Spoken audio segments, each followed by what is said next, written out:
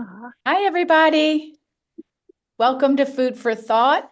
This is our weekly discussion about parenting. Happens every Thursday at noon on Zoom. I'm Becky McKnight, and I have here also Peyton Williams.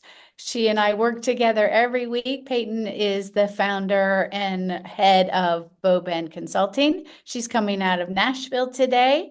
And then we also have, and we're so excited to welcome Darria Gillespie. Dr. Gillespie is a regular health expert, and she has been on many, many TV programs and radios and podcasts. I even saw a TED Talk. Um, when I looked at her bio, she is the author of the book called Mom Hacks and also the founder of No Panic Parenting, which we might hear a little bit about coming up. But we are really excited to have such an expert. But what makes her the best expert is that she is busy parenting three beautiful children. Welcome, Darria. Thank you, Becky. Thanks, Peyton. I'm glad to be here. Awesome. We're so glad you're here too. And I'll share my screen and then we'll kind of get a conversation going to take it away. Can y'all see all that okay? All right. So today we're going to be talking about common sense tech boundaries for lower school kids, for our elementary school kids. And one of the reasons we asked Daria on the show is to be able to leverage some of her wisdom, both as a doctor, also as a mom, and also as someone who has worked to create some of these boundaries in her own home and with our schools. So let's get started. Um, Daria, do you have anything else before we really jump in that you want to share about who you are or how you've come to kind of have this on your heart? um, Thanks, Peyton. I would simply say this had always concerned me, both as an ER doctor, doing a lot in the media myself and being in that space. And I joined the board of the Organization for Social Media Safety, which is the group that helped us at school to launch that. And I think for so many parents, I think the singular reason why, and then I'll hand it back to you, is that we did this and want to do it is because there are so many parents who view giving their children social media and devices not because they want to, but because they don't feel that they have an option, because they think either their child will miss out on something or that their child, something will happen if they don't. And so they give their child access and they don't wish to actually.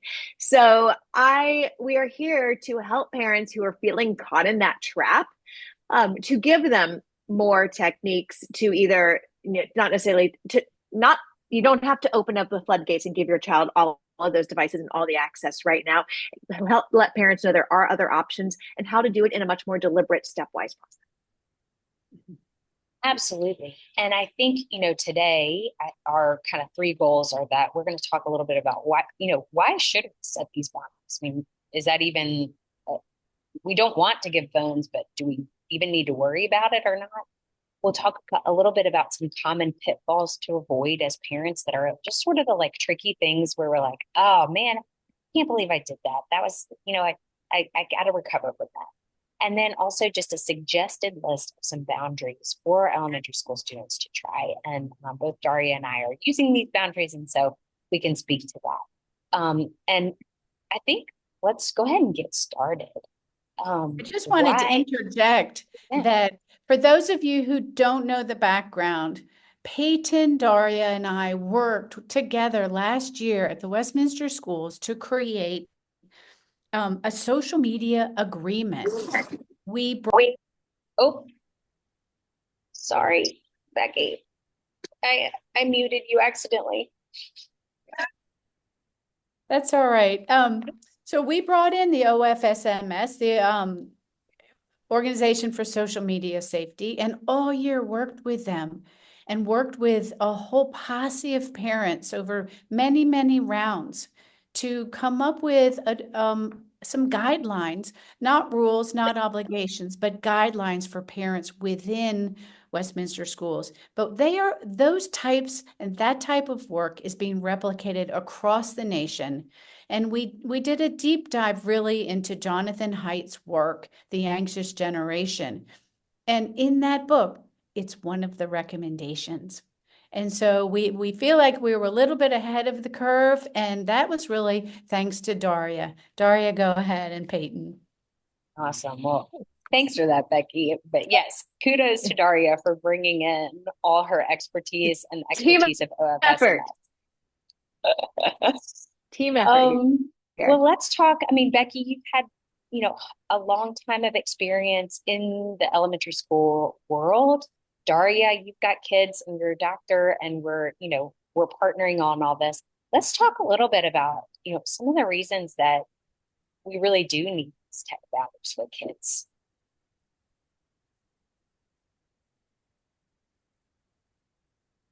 Becky, do you want to start? I think your experience, you helped us really provide the why for why we wanted to do this.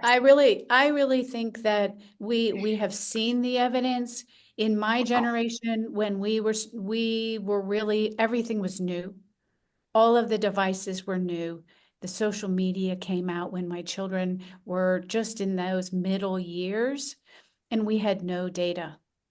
And now the data is very clear that the developing brain does not need those fast moving images. No 2-year-old needs to be able to swipe on a device. That is not a skill that we value and that needs to be trained. And also, many new things have come in. For instance, with YouTube. YouTube for so long was each video individually, and now we have the shorts. YouTube Shorts that's really mimicking Instagram, if not TikTok. And so it's more and more things are coming in that are distracting our children from learning. We have all the evidence that reading on devices is not good for the developing brain.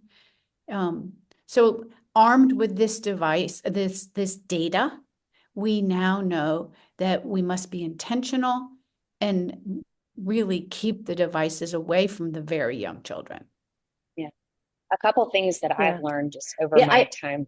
Oh, go ahead, Darria. Sorry. No, it's okay. No, I was just going to say, I think it really, sorry, Peyton. Go ahead, Peyton. I was just going to say, I feel like on that, Becky, we've learned a little bit more about how the brain works too, and how kids' brains are developing, and a lot of the neural pathways that they're developing and the habits that they're forming around, how they do their work, how they interact with people. There are kind of key developmental ages when kids learn things like, how do I look people in the eye? How do I meet new people? And if we think about, one example that I used recently was, can you imagine, and this is more for middle school, but, imagine an 8th grade dance when you were in 8th grade, right? How awkward that was and hard, but how much you learned. And now imagine that when everyone has a phone. Like, you're not going to want to take those risks that you need to take because you're just afraid of being embarrassed. Same thing with kids, right? It's like with our elementary school kids, there's a window of a learning and opportunity that they're going to miss if they are on their phones all the time. It just, the more I learn about it, the more it's like, okay, yeah, we definitely need these boundaries. What else, Darria?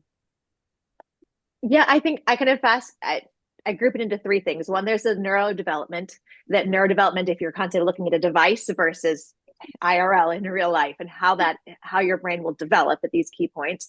There's the self-esteem. We did the burnout study in women, and we found that, any from children to adults, it wasn't even the amount of time spent, it was the sense of kind of inadequacy and self-comparison that you had, comparing yourself to this perfection of a teen with their skincare routine or whatever they have on social media, or a middle schooler. And I know multiple schools of 4th graders now have their skincare routines from what they've seen.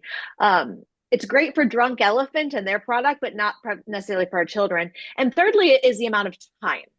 I remember I was doing a book signing event at a school, and they had some high schoolers and middle schoolers were helping me hold the books so I could sign. And so they kind of forgot I was there because we had 500 books to sign, and they were just sitting there handing them out, just quietly signing.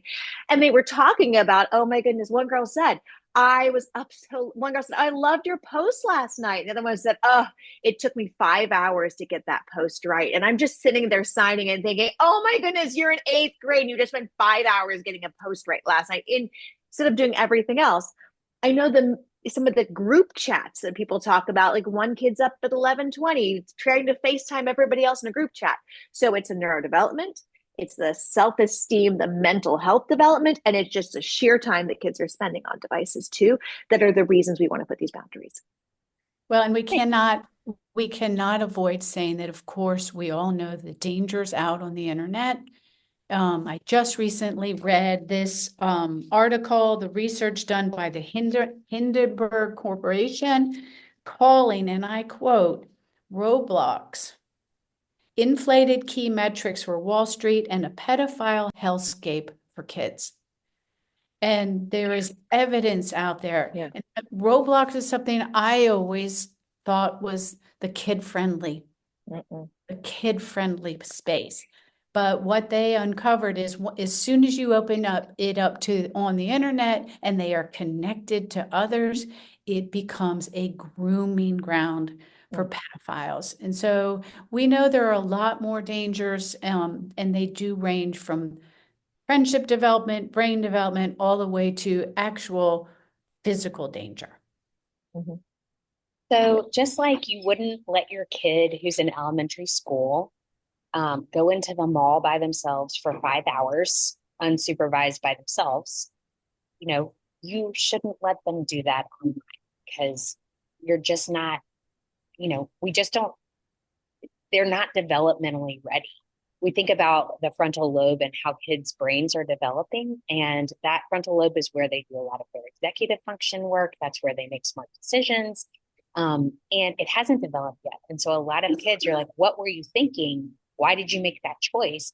A lot of times they just don't have the experience or the wisdom in order to make the right choice. And if they do that online, that actually can have worse repercussions for them throughout their life versus just making a mistake in real life that nobody else is going to, remember or have evidence of forever. And so I think that's another piece is like we got to remember that our kids are kids.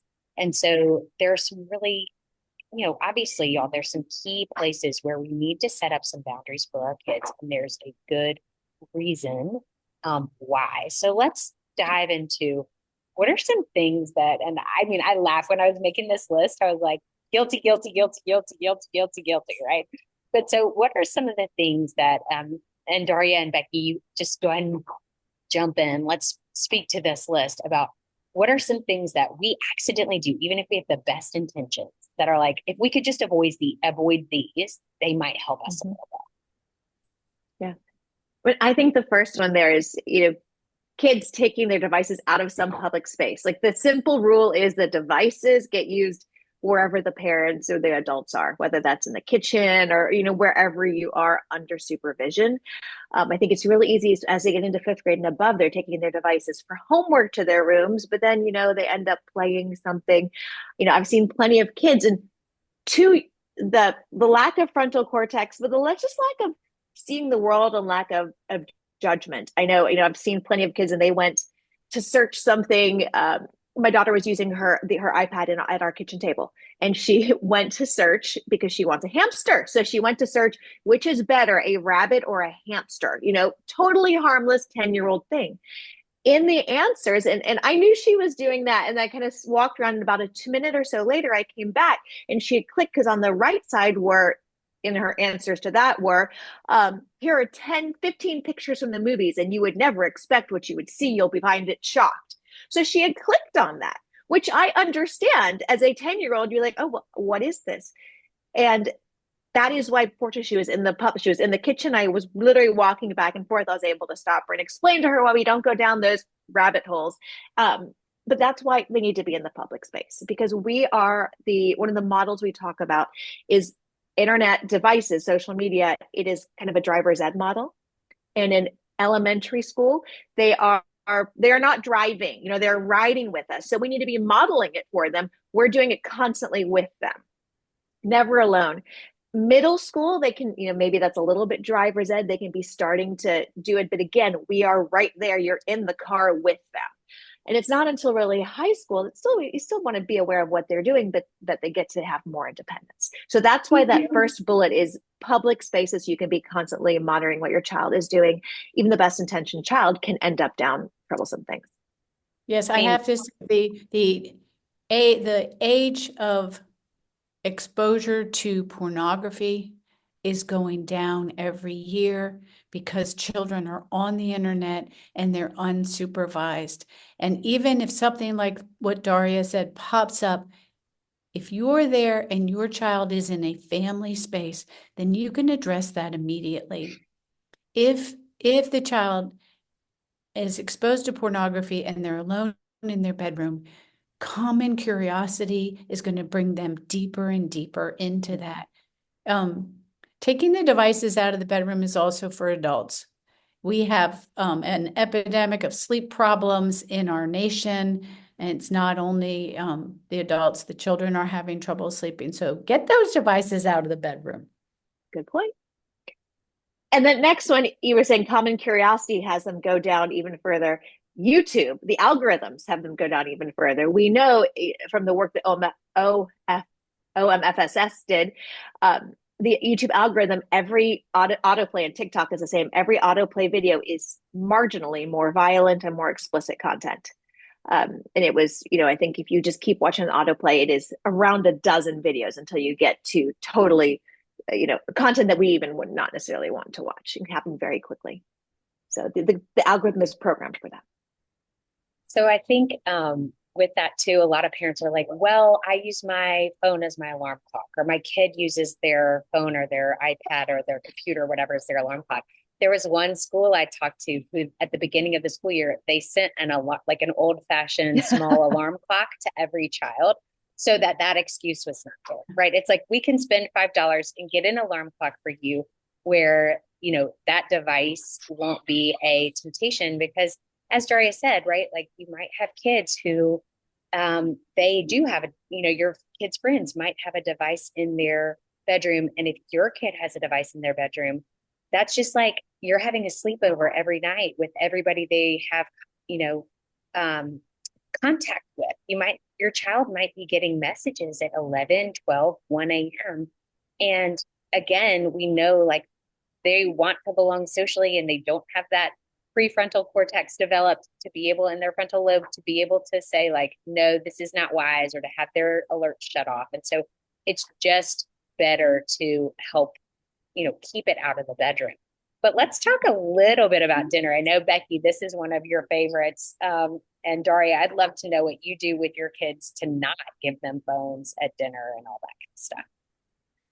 I have always gone by the book, The Tech Wise Family by Joe Crouch, a really short, easy read that although it's probably a 10-year-old book, it has the beauty of not mentioning any specific platforms, apps, websites. He basically says, manage your home and decide where technology may be and where it will not live. And once you make that decision for your family, and every family is different, but it's very clear that dinner time, meal time is not appropriate to have devices in the room whatsoever. So is the dining room a tech-free room? Maybe, maybe not. Maybe that's where you work from home. And so it has to be a timing thing. But picture your house, think about all the different rooms in your house. And then as a family, decide where technology is allowed and where it is not. And I think once you've done that and you start those habits, you will have them no matter what comes down the pike, what the newest technology is. It just won't enter those sacred rooms. I think that's great. Becky is always dropping the wisdom. I envision try ourselves, like my husband and I, we work very hard on this. The devices don't get picked up when we're having dinner. And sometimes we're sitting there, we're planning lacrosse, and you're like, oh yeah, what time is that lacrosse? Let me go grab my phone. And we try to deliberately resist that urge. Okay, I'll look that up later. Only when there's something that we absolutely have to look up in the moment. Everyone's, well, then we'll deliberately, I'm going to grab my phone, let me look this up, and then I'm going to put it back away. But otherwise, I think you just great. Exactly, Becky, like super deliberate. This is a non-device space. And we are modeling this again. This is the driver's ed. We are modeling this for our kids when they're younger and helping them as they get older. I think, it's funny. My husband and kids and I went to Benihana's, the restaurant, a couple months ago, and we were the only family in the restaurant that hadn't given their kids, like the parents' cell phones, to self-regulate at the dinner table. And yes, I totally get it. Like, having kids not have a device means that they have to learn to self-regulate. And they probably haven't learned that in elementary school. So your dinner might be a little bit harder, right? But I would also say that if they don't have that opportunity to learn to self-regulate, they never will. And so as a parent, one thing that, my mom always joked, she'd said, Peyton, kids always need something to do. And that is a like universal truth, right? So we have what we call the bag of fun that I just keep in the back of my car. And it's like a bag filled with some coloring books, Sudoku puzzles, word puzzles, and some pens. And when my kids start getting antsy at a restaurant, I give one of them my keys and I say, go get the bag of fun, because yes, you have practice trying to wait. Now, developmentally, I know you cannot wait for 45 minutes if it's taking a long time. I will give you something to do, but that something to do does not need to be a cell phone. How many of you have been at a nice restaurant and looked over and seen a table of two, and they're both on their phones? I am crushed when I see that. I'm crushed for that couple, because when you go out to a fancy restaurant, it's not to be looking at a device. It's to be enjoying the fellowship of the person across the table. And it's crushing, and it's usually out of habit. I try not, I use the most generous interpretation when I see that, and I don't think they're in a fight. I think, oh, it's just a bad habit. And so to make sure that habit never grows in your children. And while we are at it, in the interest of time, I just want to say, I never thought I would recommend television, but the one thing that television has is it is sustained joint attention. When the family sits down in front of a television and watches a movie or a TV show that everyone has chosen and everybody's commenting on and laughing together at it, it is a joint activity. It's a bonding, fun family activity. When everyone in the room is on their own device, there's no fellowship whatsoever. So think about that. TV can be good that way if you do, because it is a wind down strategy. One of those bullet points. It is a little bit of a babysitter. It is something to do right after an event or school. There are times when the whole family sitting down on one device can be uplifting. Glad you said that, Becky. So yeah, obviously, y'all, phones in the car, that's tough. I think what Becky said about individual devices versus community experience is kind of with this. I want to make sure we get to the recommendations, but do y'all have anything else about the rest of these bullets that you want to say? I feel like they're pretty self-explanatory. We're good. Okay. So then let's talk about Darria. Last year at Westminster, you helped lead this, where we, as a community, created some kind of guidelines that we thought this might be helpful. So do you have any that you want to, we've got 2 slides of these, and these are just suggestions, but you want to jump in and share anything about these?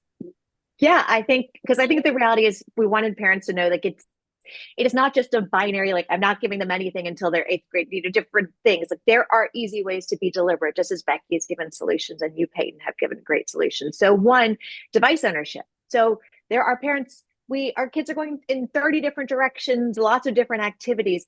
We're not trying to say nobody has ever used any technology. There are safe devices. There are safe watches. There are safe devices that allow, my daughter has one.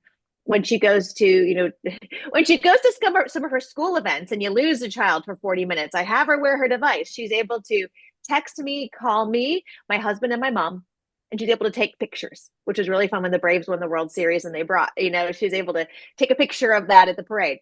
That is all she can do on it, but it allows me to connect with her. So that's one. And so again, you can have that way, but she doesn't have a smart phone. You don't have a phone that it very quickly goes from them just texting me to be able to be on social media, being doing group texts, any number of those things. I think also then for device use, kind of moving from that, if you talk to OFSMS, they think of iPads very different than phones. The phone is a thing that's always in your pocket, keeps you always individually focused on it, keeps that attention, keeps that swiping, is that gateway, versus an iPad or a tablet, which can be used still some disconnected from social. My children can go on there. Your children can go on. You download a video for them to watch on the car road trip or something like that. You maybe have some games, PBS Kids, Khan Academy, different places like that. They can do things and they can have games and engage. They also use it. My children FaceTime with their grandmother, who lives in Minnesota. And they can do individual texts, like as fifth graders. One of the things we talked about, not group texts, but you can have one friend that you text, and then they usually just text each other mainly to set up phone calls. And we have a landline in our house, so they can actually have phone calls like we used to do growing up. It's harder to define, but consumer cellular, get a landline, or AT&T both let you do that. Along those, also the platform lines, no social, really reducing social media. And by social media, that includes, any of where a child goes to create content, or any of the social media platforms, Snapchat, Snap, TikTok, those places, or creating their own content. Say a child is creating their own channel on YouTube, and if it's in a public facing content. And then the other two is YouTube, and even YouTube Kids.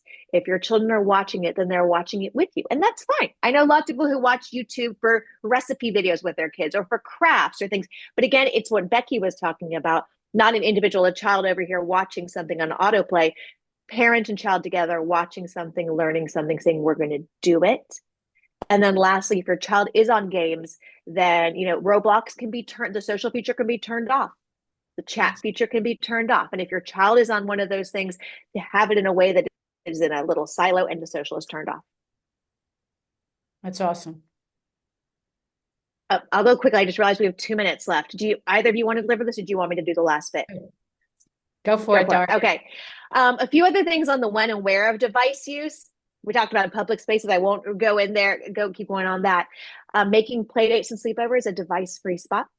Having device curfews. This is a bigger thing as they get older. I hear middle schoolers and high schoolers say, I wanted to stop. I needed to go to bed, but my friends expect me to respond to their Snap message. And if I don't, they get upset. Well, hey, there you go. Now we have a curfew. Now your child cannot respond because it's curfew. It's not on them.